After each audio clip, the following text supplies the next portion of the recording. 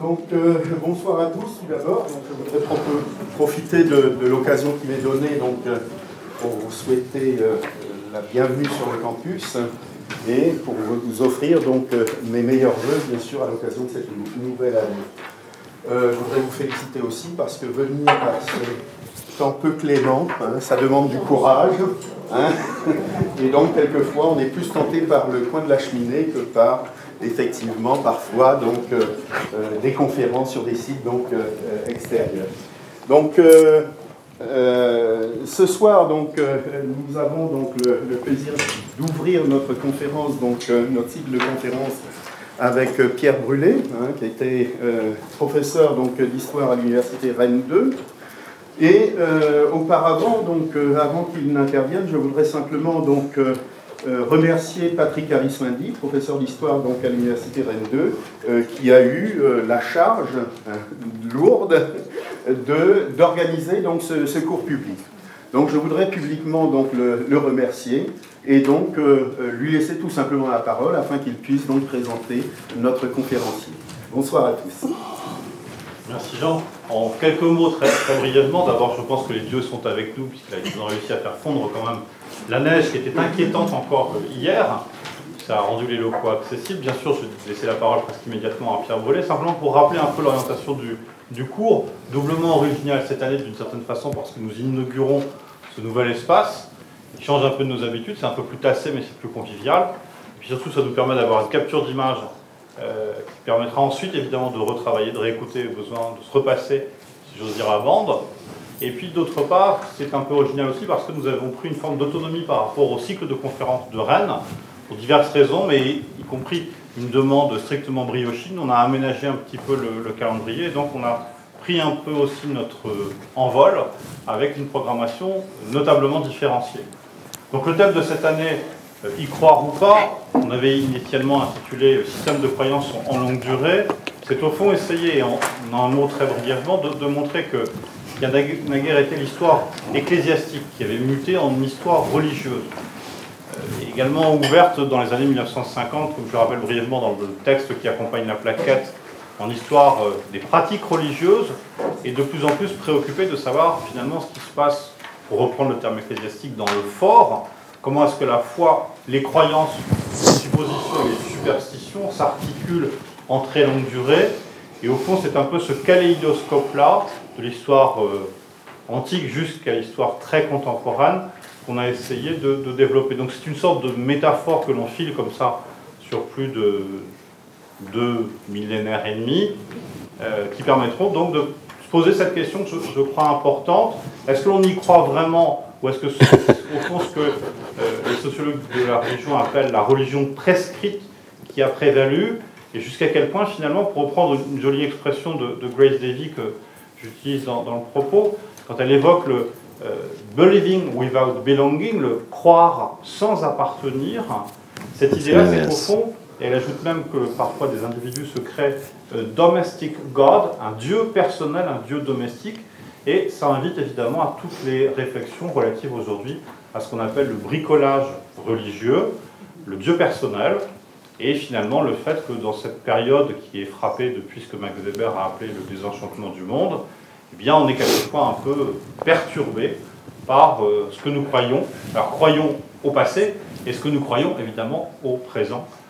Simple euphonie qui va nous inviter aujourd'hui à réfléchir grâce à mon collègue Pierre Brulé, donc ancien professeur émérite d'histoire grecque à l'université Rennes 2. Question provocatrice. Socrate croyait-il au Dieu ? Merci, j'ai pas besoin de ça. Voilà. Bonsoir. Bonsoir, bonne année. Merci aux éclairagistes, aux preneurs de son. Merci à tout le monde. On se lance ? On y va ? On a peu de temps. On a peu de temps parce que je ne voudrais pas vous occuper trop longtemps ce soir. On a peu de temps pour poser une question difficile. La difficulté, ou les difficultés, sont les suivantes. L'énorme distance culturelle qu'il y a entre ce qu'on pourrait appeler majoritairement ici un christianocentrisme. On est baigné dedans, on vit dedans, nos parents ont vécu dedans. et une culture, une civilisation finalement beaucoup plus lointaine que vous l'imaginez, qu'on le dit d'habitude. Vous allez voir à quel point c'est difficile de rentrer dans leur tête, de rentrer dans leur cœur, dans leur intelligence aussi, et dans leur sensibilité. Donc des questions difficiles. Je suis personnellement spécialiste de ce dont je vais vous parler. C'est-à-dire que j'ai débuté mes travaux d'historien. Non, je laisse de côté des pirates. Je m'étais occupé des pirates d'abord. Et puis ensuite, ma thèse d'État a porté sur la religion des filles à Athènes, à l'époque classique. Ce que j'appelle l'époque classique, c'est en gros de 500 avant notre ère à 300 avant notre ère. Et c'est là que se place le Socrate en question, à mi-chemin d'ailleurs des deux bouts que je viens d'énoncer. Donc, je suis spécialiste d'histoire religieuse grecque antique, ce qui est quand même assez, vous voyez, quand même très précis. Et pour autant, avant de parler de ce sujet devant vous, je suis un peu craintif, relativement. Est-ce que je vais parvenir à vous expliquer ce que je veux vous expliquer? Et pour cela, je vais aller le plus lentement du monde, enfin le plus lentement possible. Je vais utiliser quelques textes afin d'entrer directement dans la formulation de la pensée de ces gens-là. Et je vous demanderai surtout instamment de m'interroger, peut-être à la fin, mais même si vous avez envie, pendant que je parle, hein, pour me dire je ne comprends pas, c'est idiot, ça ne tient pas debout, votre affaire, hein, c'est pas du tout comme je pensais. Pour y parvenir, j'ai tout simplement choisi de poser une question qui est apparemment facile, apparemment simple, et qui est apparemment légitime. Dans le droit fil de ce que disait Patrick à l'instant, la croyance. La croyance est au cœur du sujet. Le problème, il a parlé de to believe tout à l'heure, ça m'a fait sourire. Vous avez remarqué, j'ai souri quand il a dit ça. C'est qu'il n'y a pas de to believe en grec. Le verbe n'existe pas. Ça n'existe pas. Si je vous dis de façon provocatrice, Socrate croyait-il au Dieu, le verbe du milieu qui fonde la phrase, sans laquelle elle tombe en lambeaux, ça n'existe pas, on verra ça tout à l'heure. Croyait-il au Dieu? Et qu'est-ce que c'est qu'un Dieu grec? Attendez voir. Qu'est-ce que c'est qu'un Dieu? Si je vous demandais de définir là, comme ça, qu'est-ce que c'est que ça? Qu'est-ce que c'est qu'un Dieu? Qu'est-ce que c'est que des dieux par rapport à un? Donc on posera cette question-là aussi. Et puis évidemment, il faudra bien que j'en parle. Et Socrate. Et Socrate qui est mort, accusé, non pas de ne pas croire au Dieu, comme on le dit trop vite dans des dictionnaires qu'on consulte rapidement, mais d'en introduire des nouveaux, dans la cité. Ceux que la cité... Alors, je dis que ça ne croit pas, il ne croit pas, donc ceux que la cité n'honore pas, ne reconnaît pas.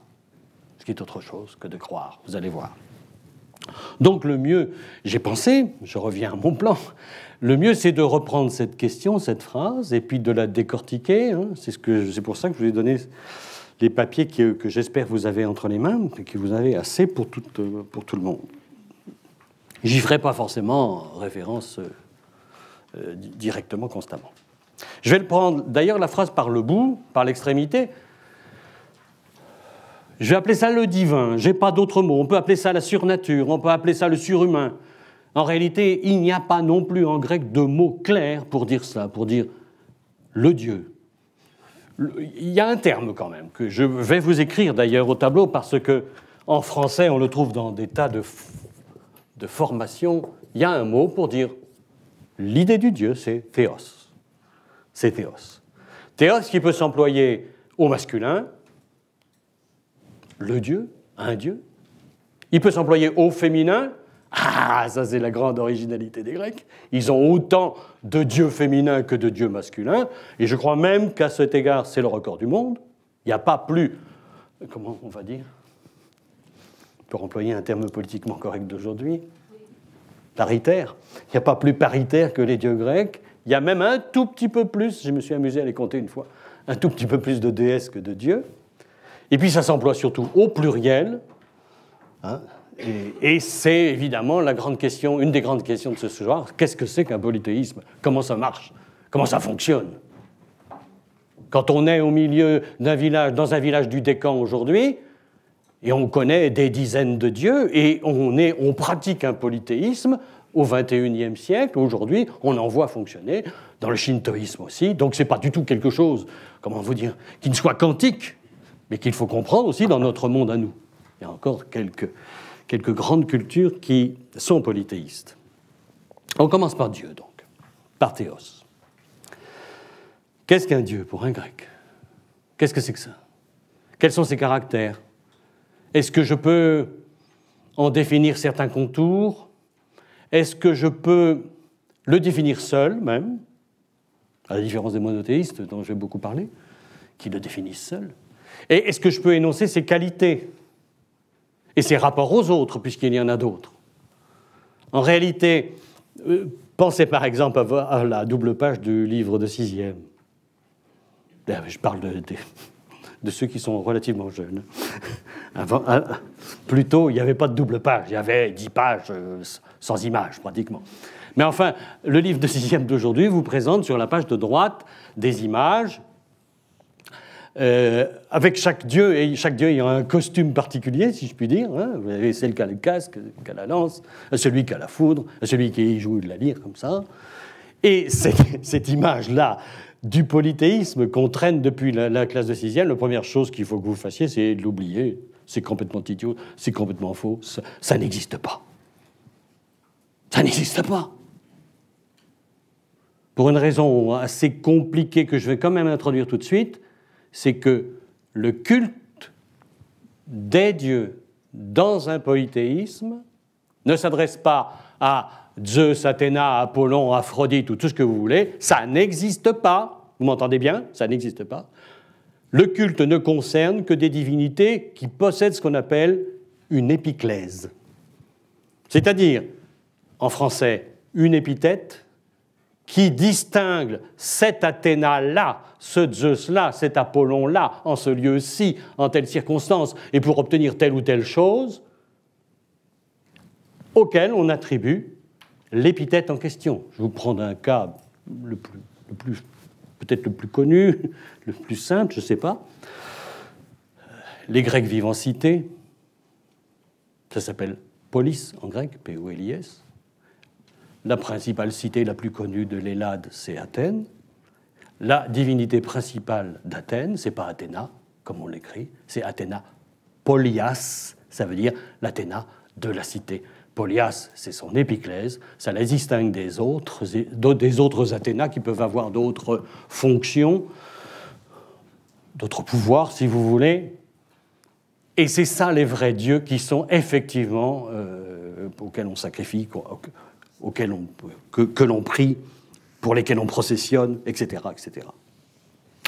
Alors, qu'est-ce que c'est qu'un dieu dans un système comme celui de la religion grecque? J'insiste sur le mot système parce que tout se tient. Le polythéisme, ce n'est pas la redoute, ce n'est pas des petits confettis mis au hasard comme ça, c'est un système, c'est cohérent, ça se comprend. Il faut qu'un individu, à l'instant T de sa vie, dans telle ou telle circonstance, par exemple, il est pubère, il devient pubère, parce qu'il a tel ou tel besoin, il est malade, il a besoin de récolter son pinard, ses agneaux sont malades, n'est-ce pas? Il est de tel sexe, j'ai oublié de le dire. Il faut évidemment que dans une circonstance précise pour un individu précis, il sache exactement, dans l'énorme multiplicité des dieux disponibles, celui auquel il doit s'adresser à ce moment-là, précisément, et il ne se trompe jamais. Comment ça se fait? Vous avez des milliers de situations, vous avez des milliers de possibilités divines, et il faut que cette espèce d'arc neuronique qui va lui faire correspondre son besoin, ce qu'il est à ce moment-là, et sa famille aussi, et sa cité, et son groupe, et tout ce que vous voudrez, avec le dieu ou la déesse particulière, avec l'épiclèse particulière qui conviendra à sa prière, à sa demande, à son angoisse. Parce qu'ils ont les mêmes angoisses que tous les hommes sur la terre, bien entendu. Sinon, ils n'auraient pas de religion, s'il n'y avait pas d'angoisse. C'est clair. Donc un polythéisme, je répète, c'est un système. C'est cohérent, c'est compréhensible, forcément, puisque c'est cohérent. On arrive à comprendre si on y passe du temps. Enfin, bon, on ne comprend pas tout non plus. Mais on essaye. Donc, ce Dieu, dans ce système, quel est-il? Il est, sans doute, il est probable que des étudiants qui sont dans la salle vont dire « Tiens, il répète ce qu'il a déjà dit ». J'ai jamais trouvé de meilleur moyen pour tenter d'expliquer ce que c'est qu'un Dieu grec que de le comparer au Dieu des monothéistes. Quel qu'il soit. Tous les monothéismes, vous allez le voir, répondent aux caractéristiques que je vais donner. Et on peut commencer par le béaba le plus simple, c'est le caté. Je me souviens de mon caté. La question était en gras, en bas. Il fallait apprendre la réponse pour le jeudi suivant. Qu'est-ce que Dieu? Remarquez le formulaire. Qu'est-ce que Dieu? Avec une majuscule. Moi, je vous dis, qu'est-ce qu'un Dieu ou une déesse? Et je mets une minuscule, bien sûr. Alors, la réponse, je ne la garantis pas, mais ça commençait comme ça, est un être infiniment bon, et j'insiste tout de suite sur infiniment, infiniment aimable, enfin bon, il nous regarde quand on est dans les WC et tout ça. D'emblée, le Dieu polythéistique, si j'ose dire, il ne peut pas être infiniment. Il est impossible qu'il soit infiniment.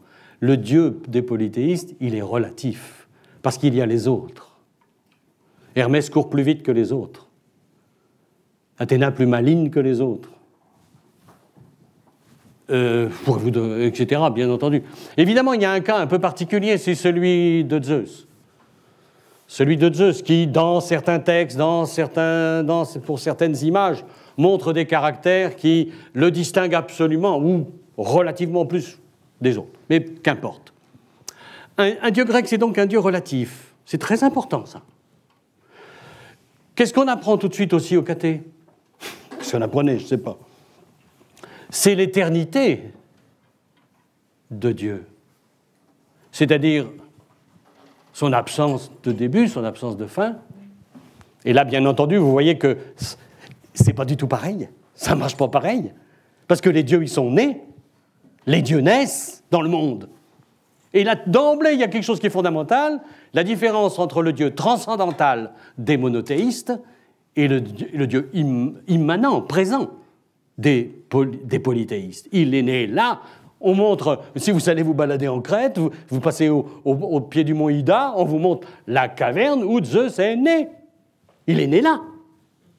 Il a souffert. Il a été écartelé par les titans. On a jeté ses membres partout. Athéna est passée, il a ramassé son cœur, l'a transporté à Delphes, bon, etc. Fabuleux. Dionysos aussi, même histoire de passion, mort, renaissance. Bon, ils naissent quelque part, ils ont des parents. On peut faire une généalogie, vous savez, on appelle ça la famille des Olympiens. Ça, c'est dans le livre de 6e, ça n'existe pas vraiment. Mais bon, ça fait rien, on fait semblant d'y croire. Il y a donc... Alors ça, c'est fondamental. Et j'arrive à un point qui est crucial pour comprendre ce que c'est qu'un dieu grec. Il y a donc un rapport intime entre la nature et la surnature dans la tête des Grecs. Le divin n'est pas complètement séparé du naturel, du concret, du matériel. Je vais vous prendre un exemple. Une des déesses principales du Panthéon, c'est Déméter. Principale pour son rôle auprès des humains.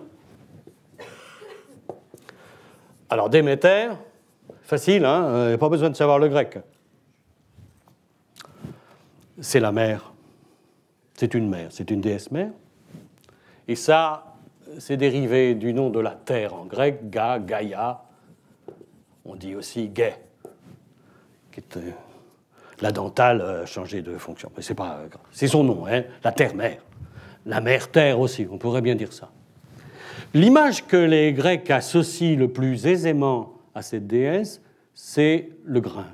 Je ne dis pas le blé, parce que là aussi, c'est pas le blé, parce qu'ils ne mangeaient pas beaucoup de blé. De l'orge, hein, cultive de l'orge, dans la Méditerranée sèche, aride ou semi-aride.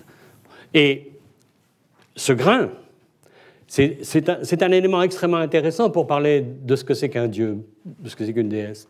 Parce que le grain est à la fois Déméter, et Déméter est en même temps le grain, Elle est la garante de la croissance des moissons, de la prospérité humaine et animale aussi d'ailleurs.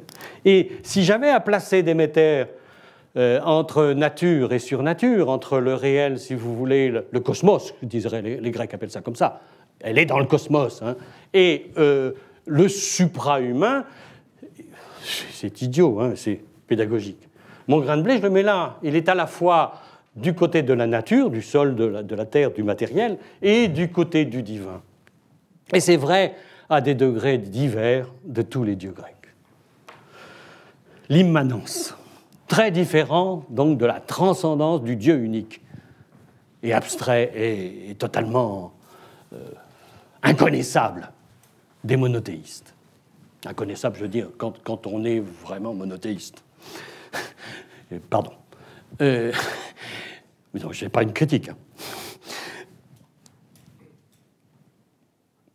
Mais vous direz, mais il y a des images là, qu'est-ce que ça veut dire? Ils sont comme des hommes. Si on pousse plus loin du côté du naturel, du réel. Oui, un des traits des dieux grecs, c'est qu'ils sont anthropomorphes. Ils sont comme des humains. Ils ont un corps, ils marchent, ils courent, ils peuvent voler, ça dépend. Ils courent vite, bien sûr, et ils sont humains en étant surhumains. C'est-à-dire que les qualités que l'on attribue au corps divin, qui est un des sujets les plus intéressants à étudier d'ailleurs chez les dieux grecs, comment les Grecs pensent le corps des dieux, eh bien, ils le pensent à la fois tout proche de nous, si vous voulez, mais en même temps radicalement différent. Exemple, eh ben, ils sont pas éternels, mais ils sont immortels. Et bien, immortel, c'est pas n'importe quoi. C'est un corps qui ne meurt jamais, un corps qui ne vieillit pas, un corps qui est dans l'état et qui ne bouge plus. De sorte que, justement, l'iconographie va nous représenter les dieux toujours de la même façon. Ils ne sont jamais petits, bébés, ils sont déjà d'emblée... Vous ne connaissez pas, je vous raconte une petite histoire, tiens. L'histoire de la naissance d'Apollon. Zeus est un chaud lapin. Et parmi les maîtresses nombreuses qu'il a sur Terre ou chez les dieux, il y a une déesse qui s'appelle Leto, qui n'a d'autre fonction d'ailleurs que d'être l'amante de Zeus. Or, Zeus, vous le savez, il a une bourgeoise, il a une régulière, qui s'appelle Héra. Et dès qu'elle apprend la grossesse de sa... comment on va dire, de la maîtresse, quoi. Elle poursuit Leto de sa haine, voulant l'empêcher absolument d'accoucher où que ce soit, la poursuivre, et de sorte que Leto parcourt le monde entier pour arriver sur l'îlot le plus désert, qui s'appelle Délos, au milieu de la mer Égée. Et là, seule, absolument seule, elle est obligée d'accoucher seule. Elle prend le tronc d'un palmier, s'agenouille, puisque les Grecs accouchent accroupis, et c'est normal. Elle accouche là d'abord d'une fille qui s'appelle Artémis. Artémis qui ensuite aura parmi ses fonctions une épiclèse, l'Artémis qui aide à accoucher, que je peux traduire comme ça, et qui aidera Leto à accoucher de son frère Apollon. Eh bien, tous les textes qui racontent, et ils sont merveilleusement poétiques et très beaux et très suggestifs, tous les textes qui évoquent la naissance d'Apollon nous présentent Apollon comme étant un dieu qui, d'emblée, là, à l'instant de sa naissance, est totalement Apollon. Et qui proclame son premier mot, c'est « qu'on me donne mon arc et ma lyre ». Et il s'en va à Delphes tuer le serpent Python pour s'installer ensuite dans l'oracle, installer son oracle à Delphes.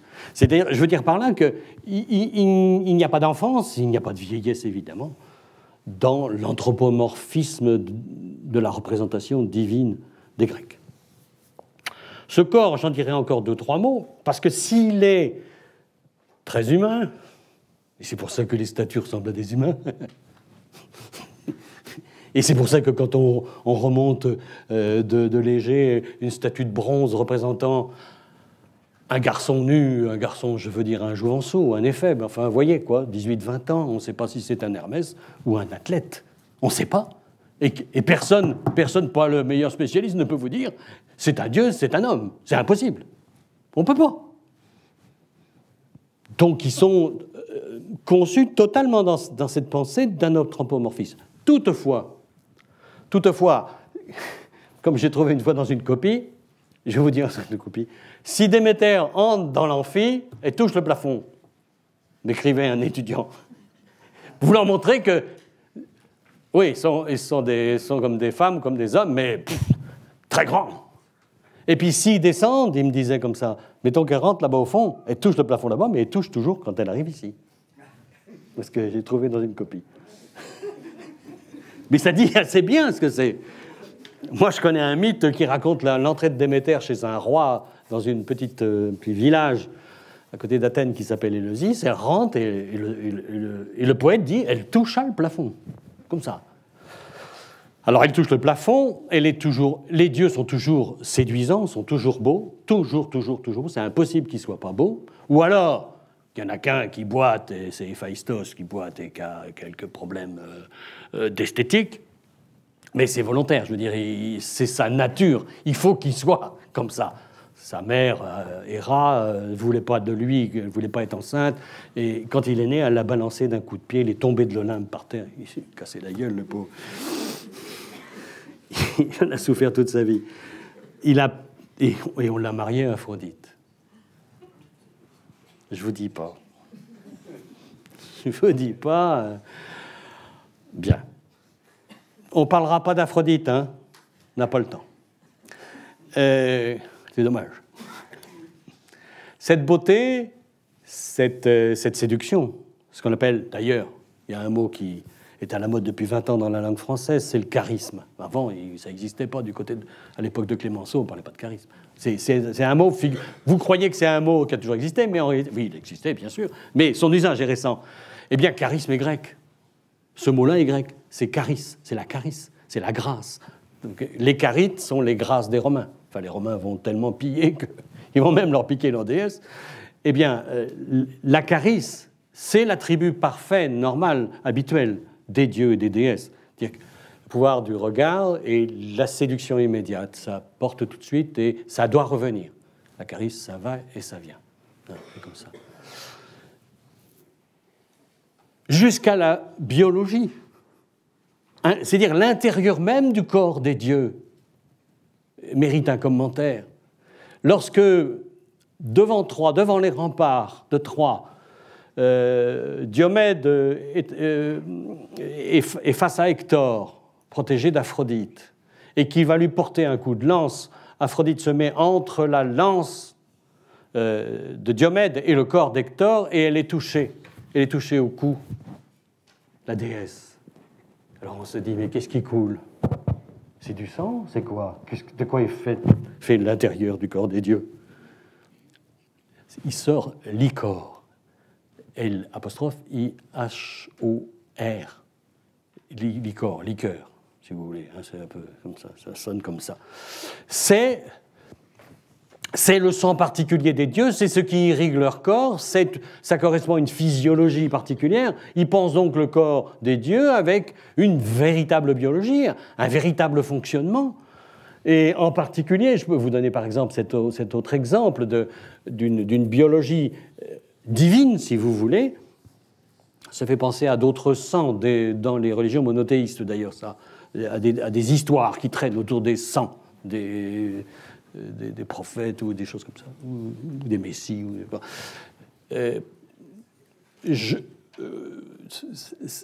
Cette biologie prend sa source, si vous voulez, dans la consommation particulière que font les dieux de nourriture spécifique. Vous avez entendu parler de l'ambroisie. Ambroisie, c'est intéressant d'ailleurs du point de vue linguistique. Ambroisie, vous voyez ? Parce que ça vient d'un radical grec broitos qui veut dire mortel, la mort. Ça, c'est pour permettre tout simplement de prononcer. Et ça, c'est privatif. Donc, l'ambroisie, c'est du sang mort, S-A-N-S. J'ai trouvé dans une copie une fois du S-A-N-G. C'est sang mort. C'est ce qui permet, parfois, il y a des histoires mythologiques un peu particulières, ce qui permet à certains qui ne sont pas tout à fait divins de le devenir. Et donc, ça, c'est la nourriture des dieux, mais les dieux se nourrissent beaucoup plus fréquemment, et ça concerne les hommes, du résultat du sacrifice, des sacrifices, puisque le sacrifice n'a d'autre but, comment vous dirais-je, religieux, purement religieux, que de faire monter au ciel la fumée, l'odeur des viandes grillées, afin de nourrir les dieux. Les Grecs pensent que les dieux se nourrissent, mais mettez nourrir entre guillemets. Hein, ils se repaissent de ces odeurs. J'ai oublié de vous dire, pour finir avec l'anthropomorphisme d'ailleurs, j'ai oublié de vous dire tout simplement que, en plus de la grandeur, un dieu sent bon. Le dieu développe une odeur que les chrétiens appelleront l'odeur de sainteté après. Non mais ça vient directement de ça, c'est pas une blague. C'est totalement emprunté aux religions antiques et même, on dit souvent pré-chrétiennes, mais en réalité, comme ce qu'on appelle après le paganisme, dure quand même pendant 3 siècles et demi. Hein, jusque vers 354. Jusque vers 400, les Jeux Olympiques sont toujours, 400 de notre ère, hein, les Jeux Olympiques sont toujours célébrés. Il y a encore, en Asie mineure, des cultes d'Apollon, de Déméter, tant que vous voulez. Donc, il y a une contiguïté entre le monothéisme chrétien et la fin du polythéisme grec qui est extraordinairement longue, hein, puisque ça commence au 1er siècle, ça dure jusqu'au 4e siècle. Bon, mais passons, ça c'était une parenthèse.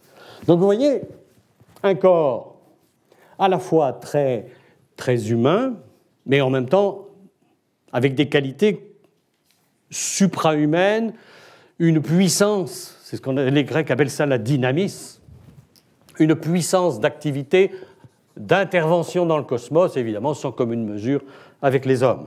Parce que c'est là qu'il y a une difficulté avec les polythéistes. Il y a une vraie difficulté intellectuelle, c'est que, d'une part, je l'ai dit, les dieux sont dans le monde, ils sont là. On peut croiser Hermès dans la rue, c'est assez fréquent. Non, mais je vais vous raconter un truc.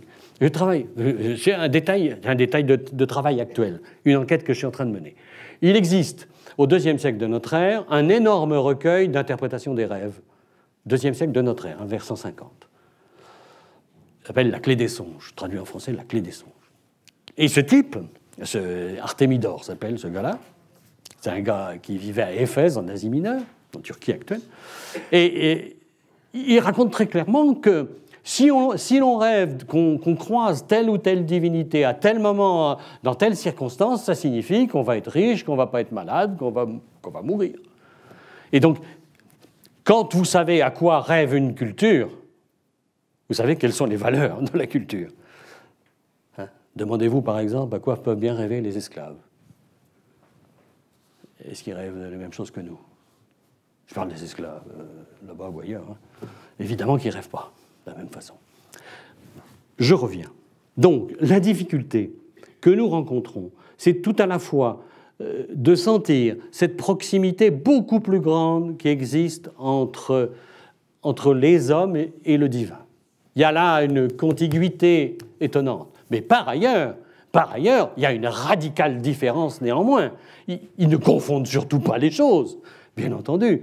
Et de nombreux rituels montrent bien, et je n'ai pas encore parlé de ça, mais de très nombreux rituels montrent bien la séparation volontaire et totale qui existe entre les mortels et les immortels. De toute façon, rien que ça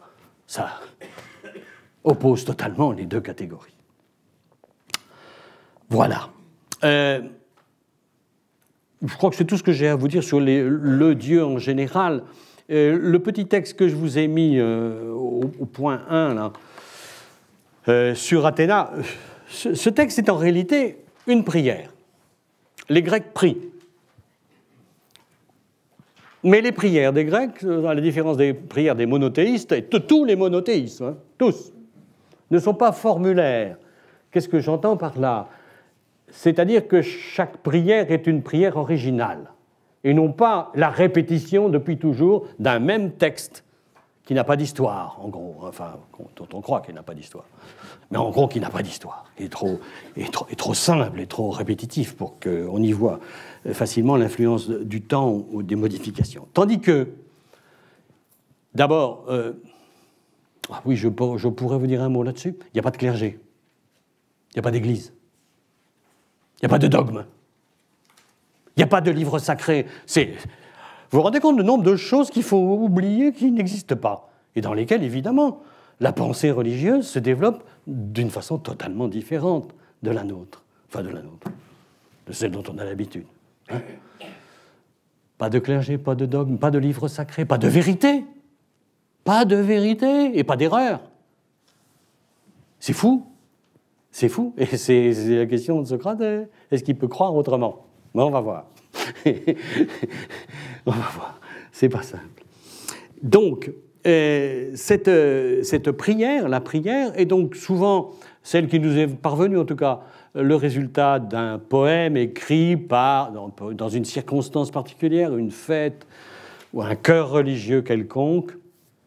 Et c'est pour ça qu'on dit « je chante ». Le premier verbe ici, c'est « je chante ». Toutes les prières sont chantées et dansées. Hein, c'est des chœurs d'hommes ou des chœurs de femmes, des chœurs de jeunes filles qui interprètent l'adresse aux dieux. Je chante d'abord Pallas Athéna. Vous voyez un exemple de ce que j'ai appelé Épiclèse tout à l'heure. C'est Athéna, mais celle-là s'appelle Pallas, hein, distinguée des autres, des 350, 400 autres que nous connaissons, nous, historiens de la Grèce antique, parce qu'on a nos banques de données. La glorieuse déesse aux yeux pairs, aux yeux brillants, dont l'intelligence est vaste et le cœur indomptable, la Vierge vénérée, etc.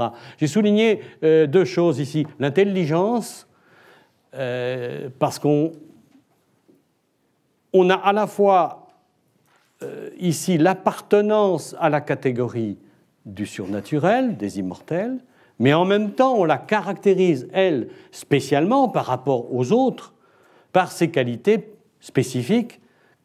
Et si l'intelligence est une mauvaise traduction, c'est pas intelligence, c'est pas contrairement à ce qu'on croit, et là encore les Romains ont fait du mal avec leur Minerve, la sagesse, l'intelligence. Non, ici c'est un terme qui s'appelle la métis. La métis, c'est un savoir-faire particulier, une espèce d'habileté. Par exemple, elle a inventé le joug, elle a inventé le gouvernail, elle a inventé le mors de chevaux. Une habileté technicienne, c'est exactement ça, Athéna. Donc c'est assez loin de ce qu'on dit platement, je dirais, dans les mythologies à dessous. La Vierge vénérée. Les dieux sont caractérisés dans leur statut social, sexuel, biologique même. C'est-à-dire qu'on sait forcément qu'Artémis est vierge. On sait forcément qu'Athéna est vierge. Si elle appartient à la catégorie des non-mariés. Hein, c'est ça ce que ça veut dire, parthénos, hein, c'est ce mot-là. Le parthénon. Parthénos, ça veut dire la non-mariée. Et on sait évidemment qu'Apollon ou Zeus sont des mâles adultes prospères. Forcément. Hein. C'est-à-dire que chaque fois, ce corps en question là est défini par ses qualités. Mais il y a du social dedans aussi.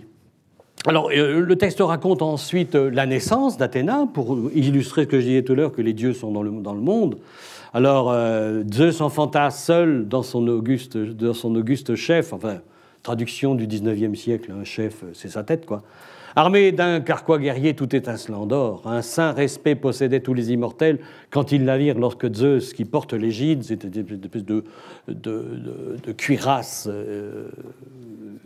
qui tue tous les ennemis à tout coup, elle jaillit impétueusement de sa tête immortelle pas en grandissant, non, en brandissant un javelot aigu. Le grand Olympe vibra terriblement, etc., etc. Ça, cette histoire-là est une histoire assez intéressante. C'est celle de la fabrication d'Athéna par Zeus. Athéna est une fille sans mère. C'est très important pour la caractériser. Elle n'a pas de mère, elle n'a qu'un père. Elle est la fille de son père, et seulement de son père. Et comment ça se fait ? c'est que le mythe raconte que Zeus est... Peut-être que je vais plus vite, moi. Bon, je vous raconte l'histoire, après je passe à autre chose. Je vous raconte l'histoire, elle est intéressante. Zeus avait épousé une déesse qui s'appelle Métis. Vous vous rappelez ce que je viens de dire là? En réalité, l'intelligence, c'est pas ça, c'est Métis. Il avait une déesse qui s'appelait Métis. Si vous voulez, il avait épousé intelligence. Si vous voulez, on peut dire ça comme ça, ce sera plus simple. Et puis on avait prédit au moment où cette Métis était enceinte que l'enfant qui allait naître de son sein allait,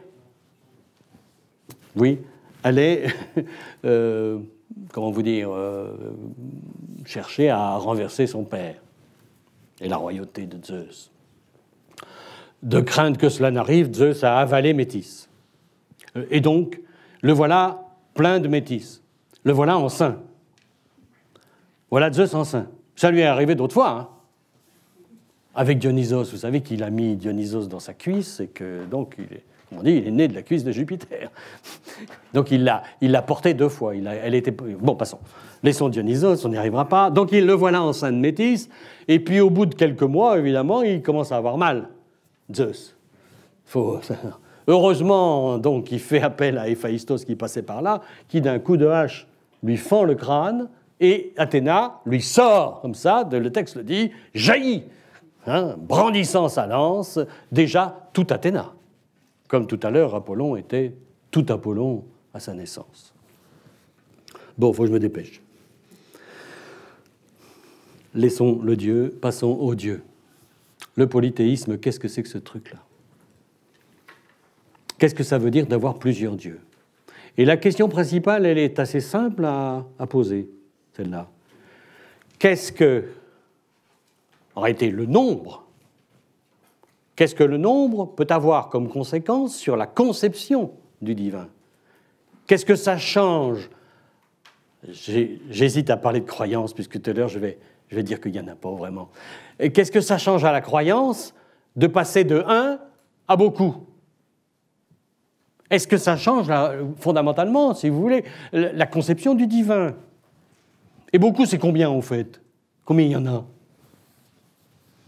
Alors, je vous citerai bien un grand brahman de l'Inde qui disait oh, il y en a 3003.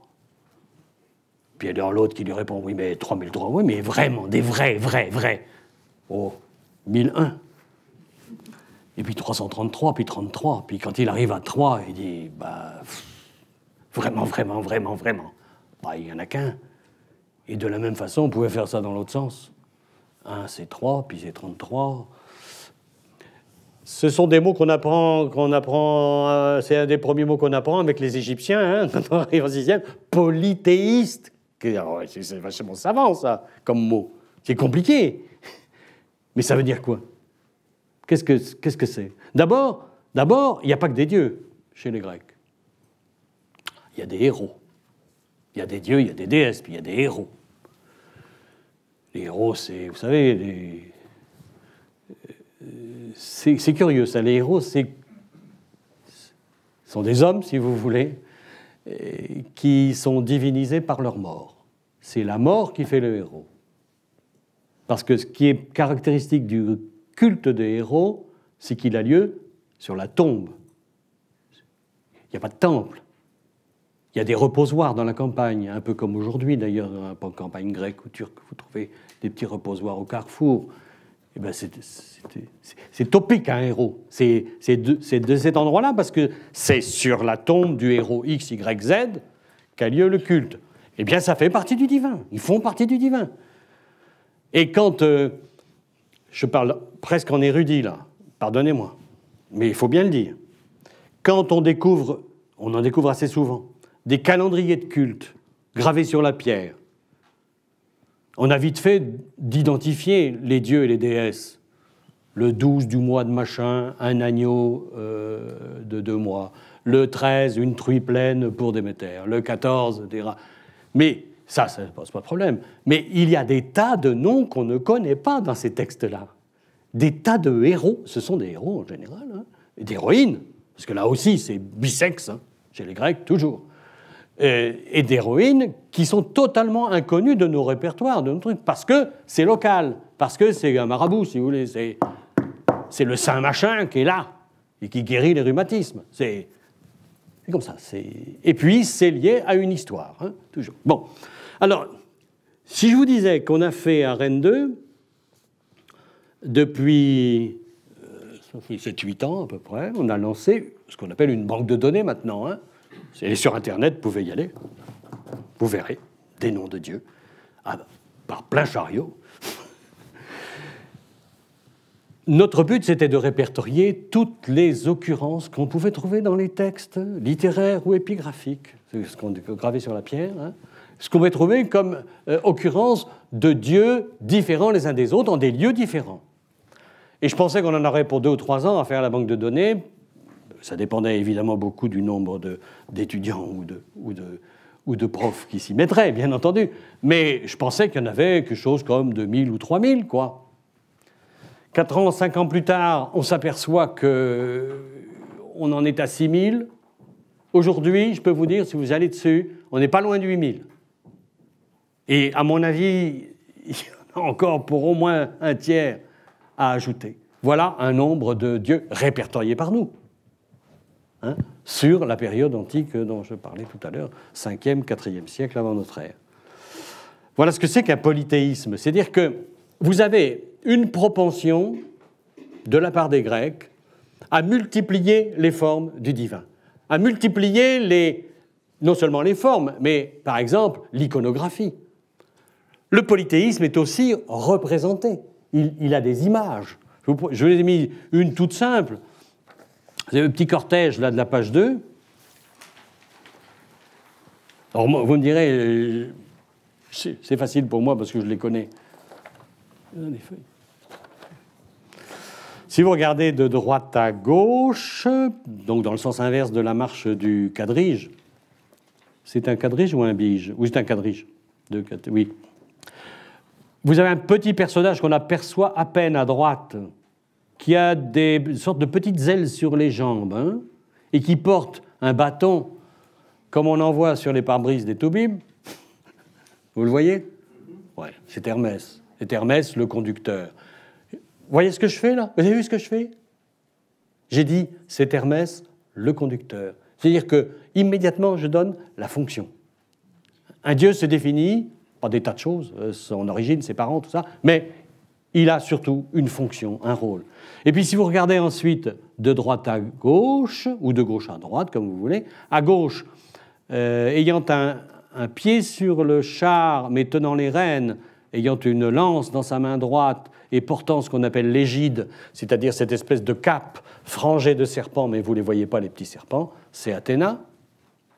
Oui, c'est normal, elle conduit le char parce qu'elle a inventé le mort. Tout ça, c'est de logique absolue. Ensuite, vous avez devant elle... Alors là, c'est fastoche, tout le monde l'a reconnu. C'est Héraclès. Qu'est-ce que j'ai entendu? Hercule est un lutteur de foire, monsieur. C'est Héraclès, ça. C'est comme le catch et...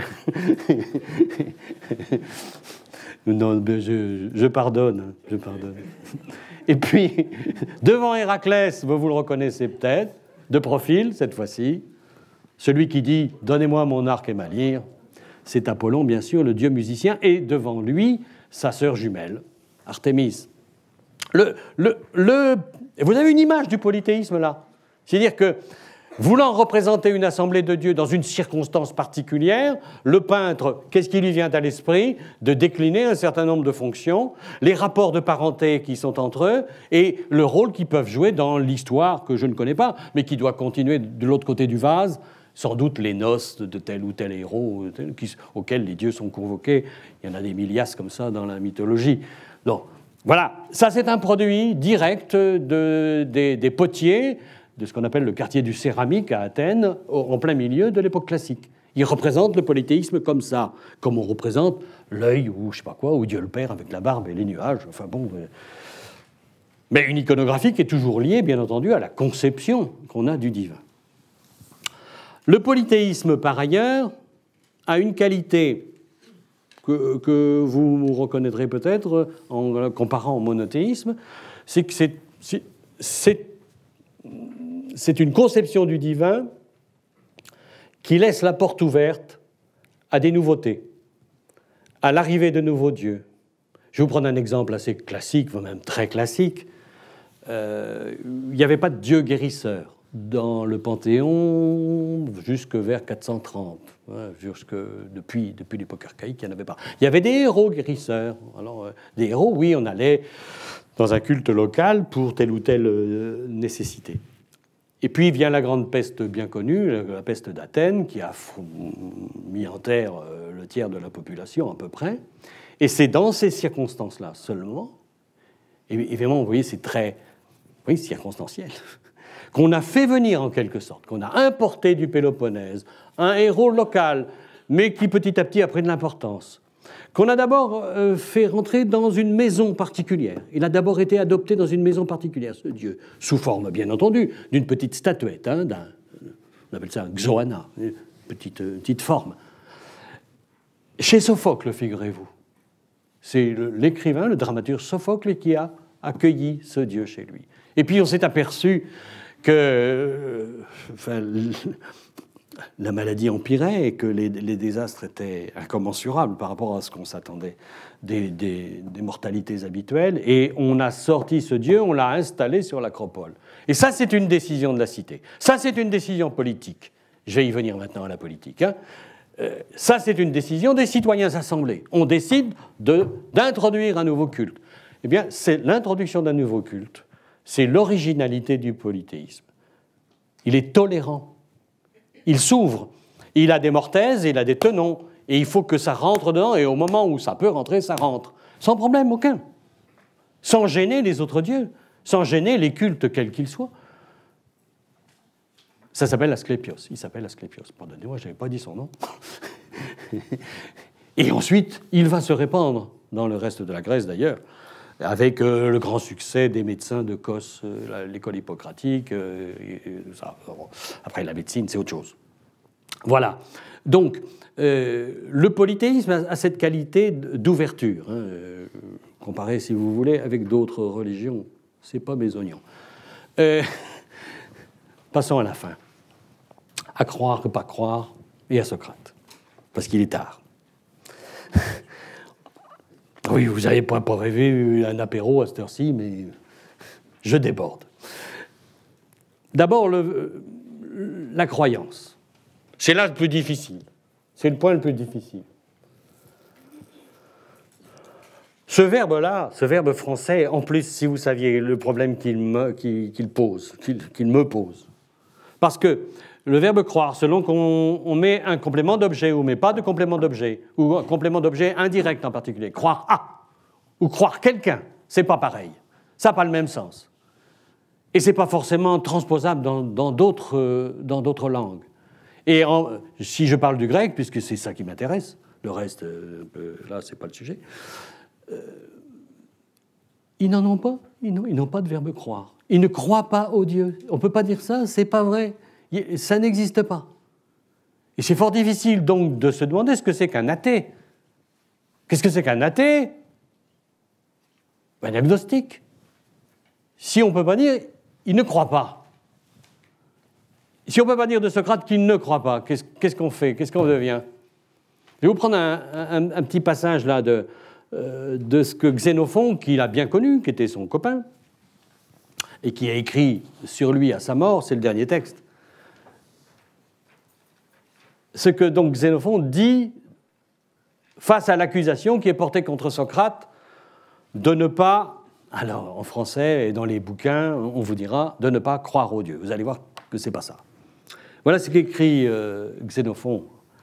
Socrate qui était accusé, c'est le dernier texte, qui était accusé par ses adversaires, ceux qui ont déposé plainte contre lui et qui l'ont fait traduire devant, alors pas devant des juges comme on le trouve traduit tout le temps, mais devant les citoyens qui sont les jurés d'Athènes.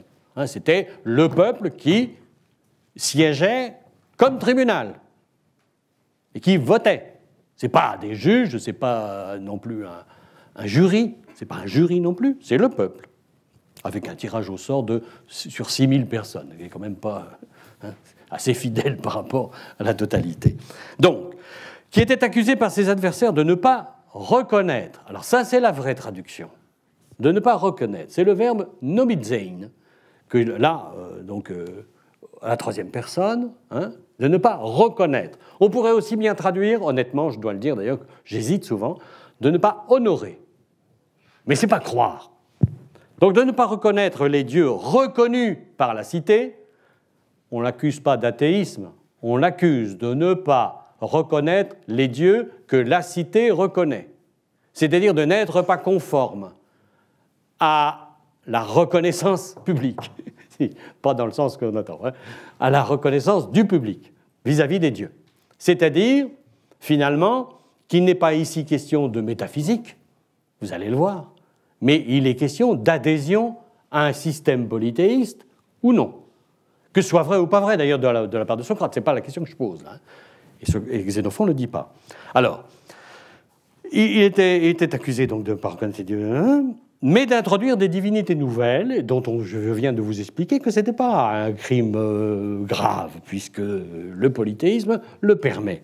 Mais d'ailleurs, les Grecs du 1er siècle de notre ère ont adopté de multiples dieux qui viennent à la fois du Proche-Orient et aussi d'Égypte, par exemple Isis. Hein, c'est répandu dans le bassin égéen.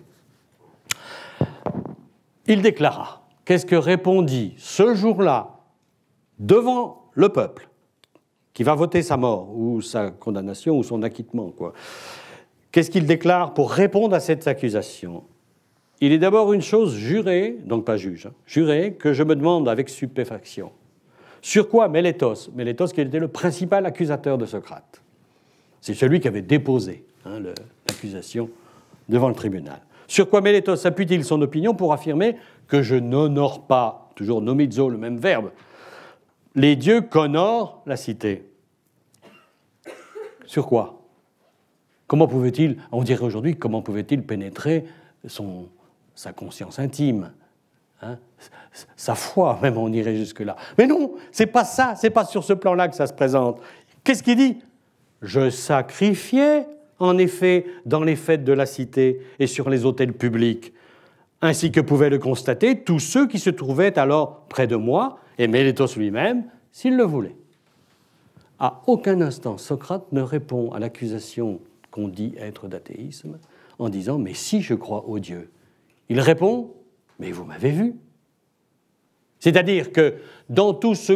J'aurais dû commencer par là. Dans ce qui constitue toujours les deux soutiens, les deux colonnes d'une religion, à savoir la croyance et les rites, un grec de l'Antiquité, pour se justifier qu'il reconnaît bien les dieux de la cité, il répond « mais je sacrifiais, mais tu m'as vu, t'étais là, tout le monde était là, on m'a vu sacrifier ». Il ne répond pas « mais si, je crois aux dieux ». Pas du tout, jamais il répond ça. Vous voyez à quel point on est en déphasage total avec cette pensée qui ne se place pas, je le répète là, je fais que le...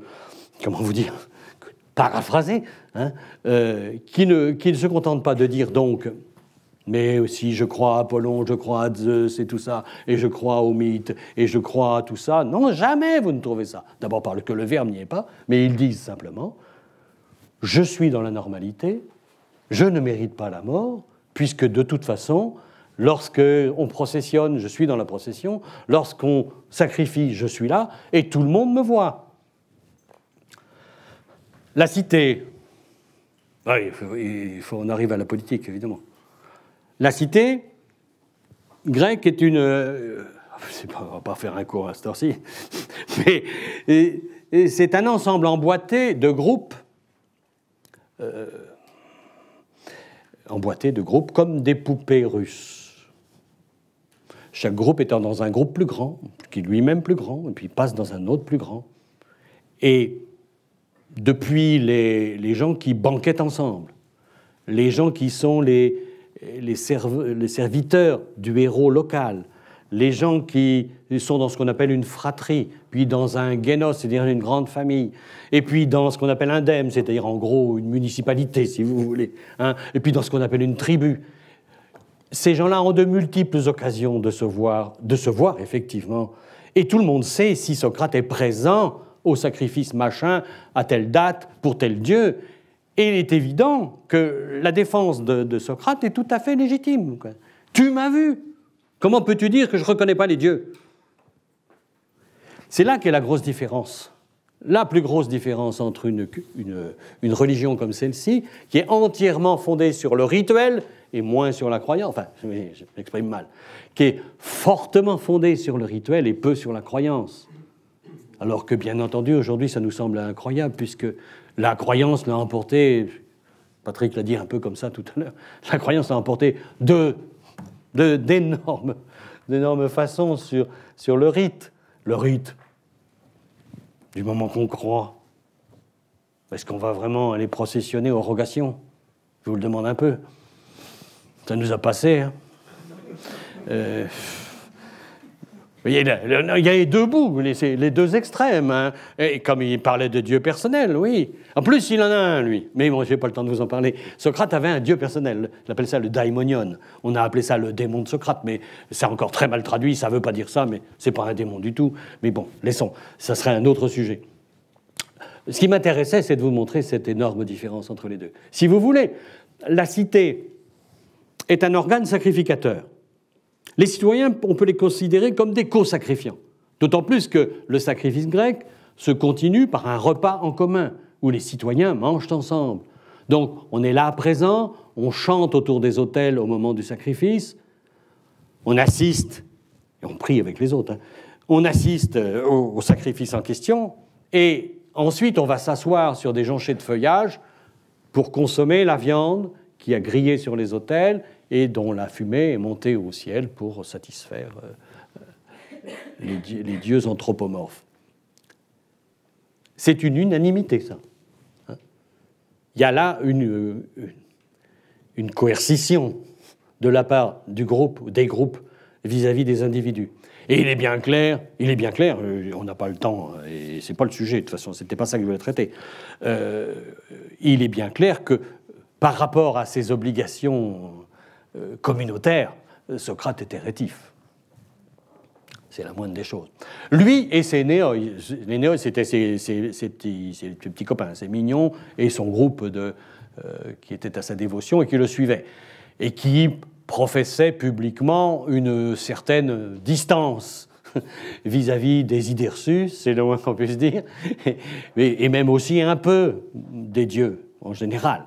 Mais ça ne l'empêchait pas, puisque vous le voyez, il n'aurait jamais prétendu dire, il n'aurait jamais dit ça si ça n'avait pas porté auprès des jurés, ça ne l'empêchait pas néanmoins de participer de manière unanimiste un peu, hein, avec son groupe, aux manifestations publiques de la religion. Que vous dire d'autre? Il a été condamné, il n'a pas gagné. Hein. Ça n'en est pas fallu de beaucoup, puisque c'est à quelques voix près, quelques dizaines sur des milliers, qu'il a été condamné, et vous le savez aussi sans doute, mais c'est important de dire ça pour lui, c'est qu'il a refusé, il pouvait s'en tirer. Il a refusé de s'en tirer, il a refusé de se sauver aussi, parce qu'il pouvait plaider autrement et obtenir une amende et un exil, il a refusé.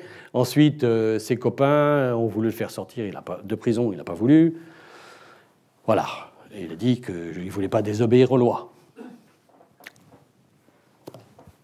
C'est tout ce qu'on peut dire. Voilà, j'en ai fini. J'ai été très long. Hein. Vous me pardonnerez peut-être. C'est un peu brouillon aussi, comme toujours. Il n'y a pas de conclusion à ce genre de choses, si ce n'est que ce que j'aimerais avoir réussi, c'est vous montrer à quel point c'est différent, à quel point c'est loin, à quel point nos concepts ne fonctionnent pas. Même s'il y en a certains qui sont venus jusqu'à nous, c'est autre chose, bien entendu. Merci d'avoir écouté.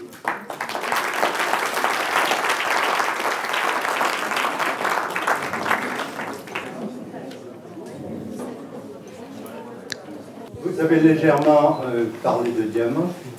De diamant? Non. Ah, du daimon, c'est du daimonion. En réalité, pardonnez-moi, il y a un petit problème de vocabulaire là. Tout le monde parle de daimon. Platon, par exemple. Hein. Platon parle du daimon. Mais lorsque Socrate parle, il parle de son daimonion. C'est-à-dire que c'est un diminutif C'est un diminutif et il lui est particulier. Il dit que... Bon, je vous laisse poser la question. Daimonion. Et à quoi ça correspond pour lui? Alors voilà. Oh, ça, c'est un sujet intéressant. Le corps de Socrate est un corps curieux. Il est très laid, extrêmement laid. On dit qu'il ressemble à un silène. Il a des oreilles de vache, queue de cheval, une vraie queue de cheval. Ah, mais c'est pas vrai. Et c'est un corps extrêmement endurant, le corps de Socrate. Il est capable de rester debout des nuits entières, des jours entiers sans manger, plongé dans des réflexions. Et ses amis, et puis à l'armée même, quand il était soldat, ça lui arrive. Et qu'est-ce qu'il fait? Qu'est-ce qu'il raconte après? Qu'est-ce qu'il dit? Il dit qu'il a communiqué avec son daimonion, qui fait le vide en lui-même et qu'il est à l'écoute donc d'une voix divine. Il l'appelle divine. Hein. Théion, il forme un adjectif avec ce mot-là. Hein, divin, quoi, des dieux. Et que cette divinité, ce daimonion, lui dit ce qu'il convient de faire ou de ne pas faire. L'exemple classique est une histoire assez curieuse.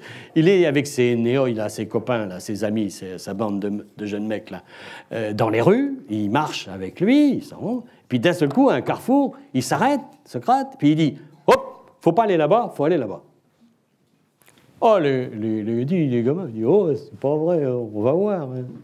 Ça se trouve, c'est des blagues, tout ça. On va bien vérifier si son daimonion, il fonctionne. » Quelques-uns, néanmoins, suivent Socrate, mettons, vers la droite. Les autres s'engagent dans la rue à gauche. Demi-heure plus tard, sur l'agora, ils voient revenir le groupe de ceux qui les avaient délaissés, tout dégueulasse, tout plein de boue, tout plein de merde. Ils avaient rencontré un troupeau de cochons. Et le daimonion avait tout prévu, qui avait dit à Socrate qu'il fallait pas passer par là.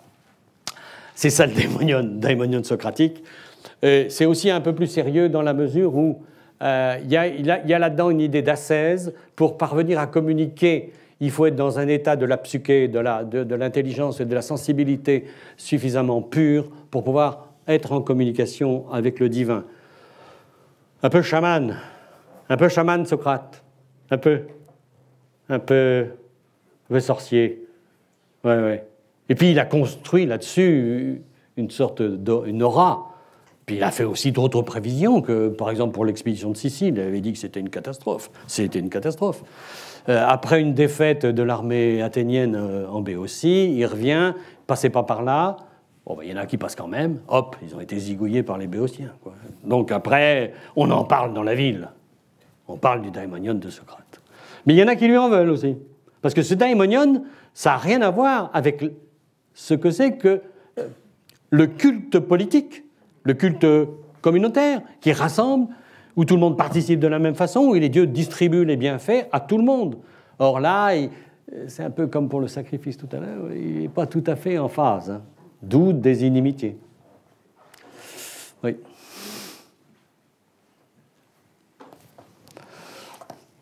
Je suis un bavard impénitent. Hein. Quand on me parle de ces questions, j'arrête pas.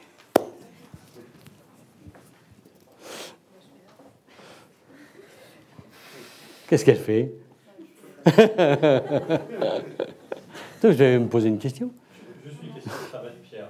Comment? S'il fallait faire un choix, tu dirais qu'il est dissident ou hérétique?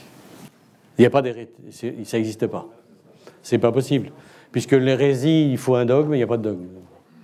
D'ailleurs, personne ne lui dit, tu ne crois pas, même si ça existait, croire, hein, tu ne crois pas à ceci, ça existe, c'est pas possible.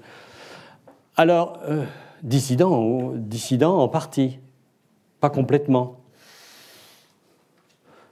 Bon, pour vous dire le fin mot de l'affaire, il a aussi trempé dans des complots oligarchiques assez dégueulasses. Hein. Il a choisi des tyrans assez sanguinaires à un moment de sa vie, et puis quand la paix est revenue, on a bien fait, on a prononcé une grande amnistie qui est superbe, hein. On oublie tout, on efface tout, mais bon, il a souffert de ça aussi. On a aussi beaucoup voté contre les choix politiques de Socrate, qui n'étaient pas toujours réussis.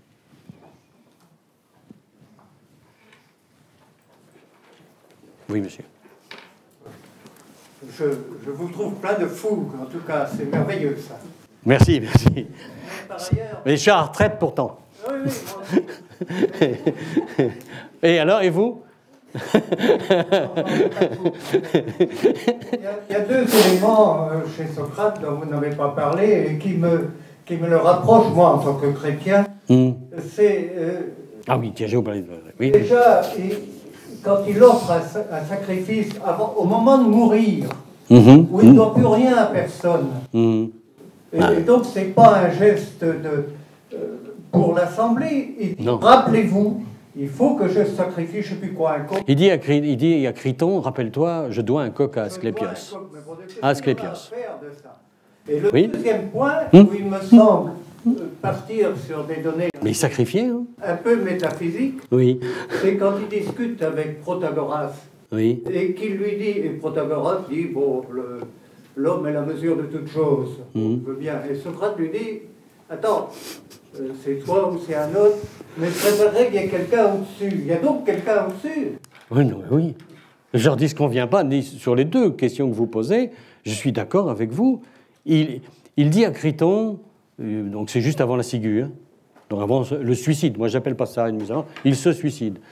Juste avant de se suicider, il lui dit, n'oublie pas, je dois un coq à Asclépios.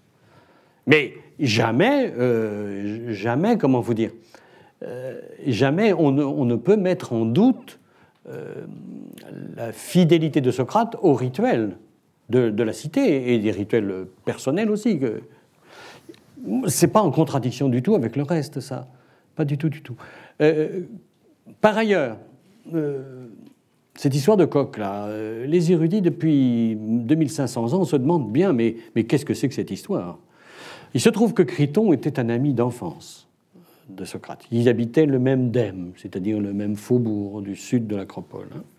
Et on s'est aperçu, mais c'est assez récent, en découvrant un calendrier de sacrifices du dème, s'appelle Allopéké, c'est-à-dire le bourg du loup, là où il y a le loup, c'était le nom du bourg. On a découvert donc dans ce calendrier qu'il y avait une certaine date qui correspond à peu près à celle de la mort de Socrate, qu'il y avait inscrit dans ce calendrier un sacrifice à Asclépios, sans que ce soit précisé un coq d'ailleurs. Donc il est tout à fait possible qu'on ait là quelque chose comme une sorte d'obéissance au rituel normal, civique, si on peut appeler ça comme ça, de la part de Socrate. Et qui le fait savoir. C'est très intelligent. Il fait savoir. Vous voyez, je vais jusque-là.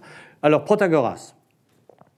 Le problème là, c'est qu'on dépend de Platon.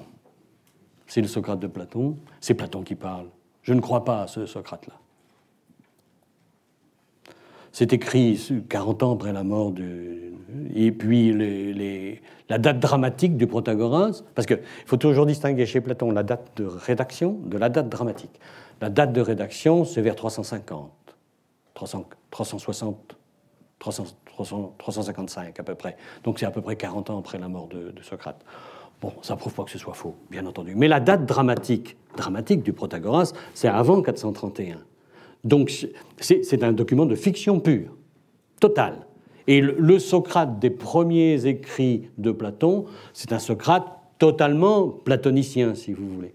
Et donc les paroles que Platon prête avant 431, vous voyez, on est en 355, qu'il prête, alors qu'il n'y a pas d'archives, bien entendu, de discussion des sophistes de l'époque, permettez-moi de ne pas y croire.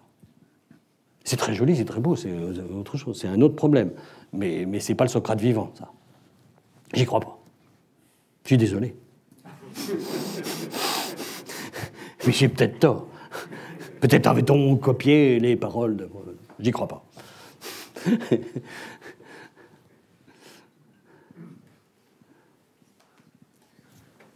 N'est-ce pas? On va se terminer là, hein? Mais non, il n'y en a plus. Je vais vous